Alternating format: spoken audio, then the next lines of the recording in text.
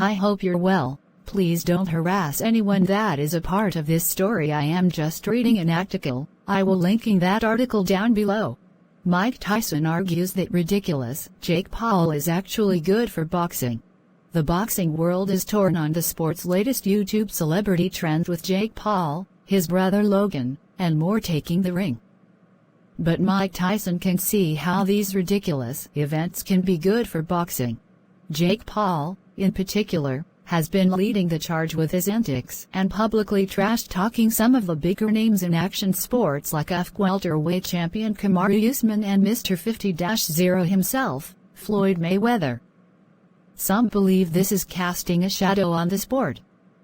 LA Times sports columnist Dylan Hernandez noted how the clown shows that make a mockery of the once proud sport have been taking away from the actual headline events like Canelo Alvarez versus Billy Joe Saunders, for example. Hernandez was specifically talking about Jake's hat-grabbing fiasco with Mayweather at his older brother's press event in Florida. While that's one of the most prominent outbursts of the YouTube boxing era, it left a bad taste with critics around the sport.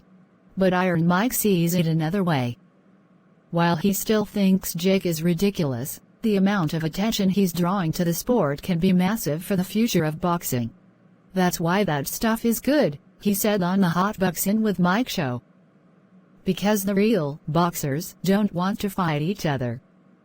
Jake Paul fought on my show because he got 75 million viewers. He's good for boxing. Is he kinda ridiculous? Yeah. But is he good for boxing? Yeah. Boxing needs shit like that. At first, the Floyd Mayweather vs. Logan Paul bout was getting traction for the names that would be in the ring. But Thursday's press event made the June 6th exhibition match a lot more personal for the wrong reasons.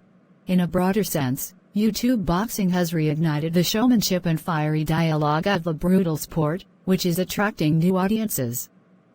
But for purists, it's just not real boxing.